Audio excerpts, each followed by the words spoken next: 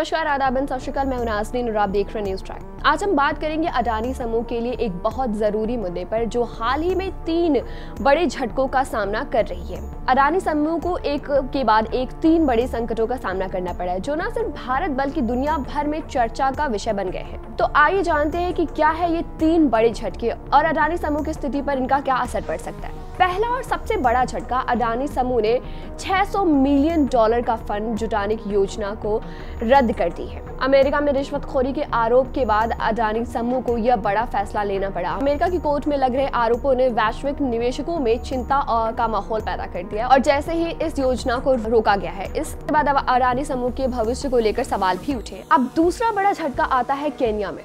Kenya की सरकार ने अडानी समूह द्वारा किए गए 736 मिलियन के बिजली ट्रांसमिशन लाइन अनुबंधन को निलंबित कर दिया है। साथ ही नैरोबी एयरपोर्ट्स को ऑपरेट करने की उनकी जो योजना थी उनको भारी विरोध का सामना करना पड़ा। स्थानीय संगठन इसे पारदर्शिता की कमी और रोजगार में कटौती की संभावना से जोड़कर विरोध कर रहे हैं।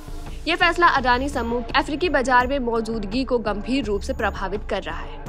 अब सबसे गंभीर आरोप अमेरिका के कोर्ट में अडानी समूह पर रिश्वतखोरी और भ्रष्टाचार के आरोप लगे हैं। यह मामला तब सामने आया जब हिंडनबर्ग रिपोर्ट ने अडानी समूह के खिलाफ कई गंभीर सवाल उठाए। तो इस आरोप के बाद अडानी समूह की अंतर्राष्ट्रीय छवि को बड़ा धक्का लगा है और इन आरोपों ने समूह के लिए नई चुनौतियां पैदा कर दी हैं। इन 3 बड़े झटकों ने अडानी समूह को अंतर्राष्ट्रीय व्यापार नीति और छवि को एक बड़े संकट में डाल दिया है। आपको क्या लगता है, क्या इन झटकों के बाद अडानी समूह अपनी छवि सुधार पाएगा? क्या ये आरोप सही है या फिर यह सिर्फ एक राजनीतिक का हिस्सा है?